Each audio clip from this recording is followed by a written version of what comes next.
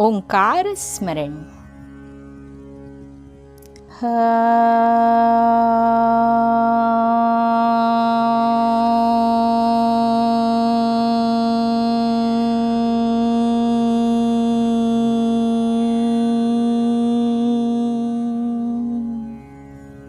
दोस्तों, आज की हमारी बहुत ही बोधप्रद कहानी का शीर्षक है आत्मदंड। दोस्तों, ग्रीष्म ऋतु की झुलसती दोपहरी, युवा सूरदास कहीं जा रहे थे और तृष्णा ने उन्हें व्यथित किया। समीप ही एक कूप दिखाई दिया जहां एक सुंदर युवती जल से अपनी गगरी भर रही थी। सूरदास वहां गए और उन्होंने युवती से जल देने की याचना की। वह जल निकालने लगी और इधर युवा सूरदास उसके सौंदर्य रस का पान करने लगे। जल पिलाने के बाद जब वह घर जाने लगी तो वे भी उसके पीछे पीछे जाने लगे। बात यह थी कि सूरदास की जल की तृष्णा तो शांत हो गई थी, किंतु लावण्य की तृष्णा का शमन नहीं हुआ था।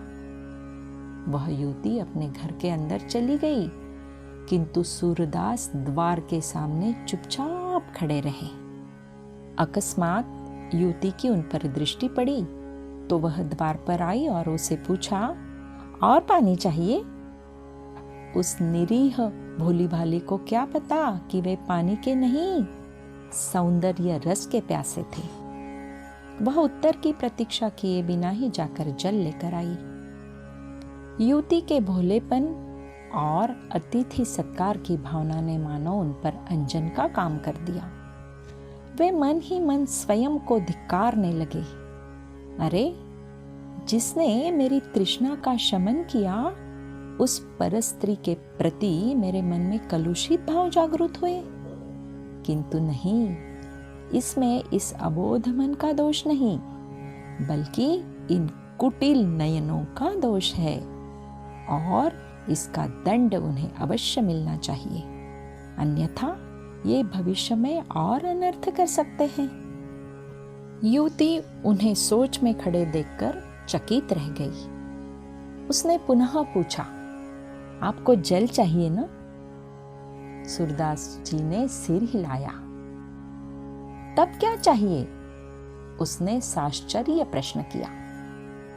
सूरदास जी ने कुछ सोचा और कहा, चाकू। युवती दौड़कर एक चाकू ले आई और उसे सूरदास जी को दे दिया। पश्चाताप की अग्नि में दग्ध युवा सूरदास ने तुरंत अपने दोनों नेत्र फाड़ डाले और बोले, इन्हें उचित दंड मिल गया है। अब इनकी पापी दृष्टि का कहीं प्रभाव न होगा। और उस दिन से सूरदास जी नेत्रहीन हो गए।